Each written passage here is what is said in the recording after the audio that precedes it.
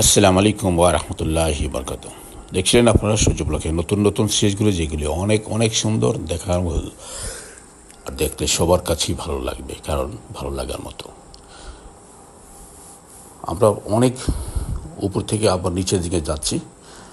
আমরা কাতার এয়ারপোর্টে চলে আসতেছি, আমার যা মনে হচ্ছে আর কি। কিছুক্ষণ পরে আমরা ওখানে নেমে যাব।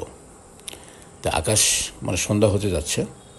দেখেন আকাশ একটু অন্যরকম হয়ে গেছে আগের তুলনায়। আগে ছিল নীল, এখন লাল হয়ে যাচ্ছে, সূর্যটা অস্ত যাচ্ছে। ঠিক সেজন্যই এমন লাগতেছে। সব মিলে যে উপরে যে এই জিনিসটা দেখার মতো আর কি, এত সুন্দর দৃশ্য, মন জুড়িয়ে যায়।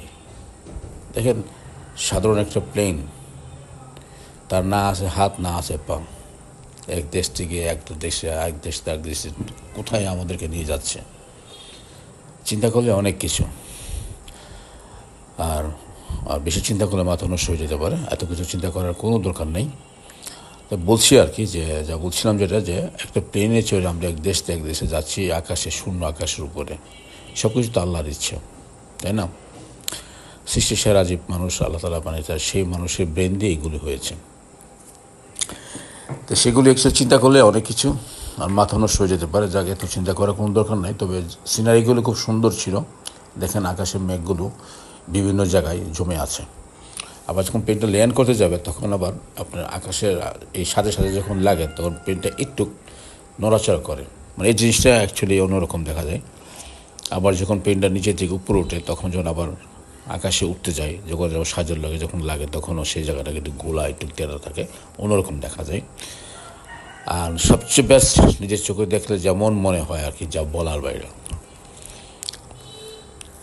যাই হোক, আমিও চাইব সবার সৌভাগ্য হোক, আপনারা সবাই যান, উমরা হজ করতে যান, বড় হজ করতে যান। তাহলে তো এই উসুলে অন্তত আকাশের উপরটা দেখতে পারবেন কেমন লাগে।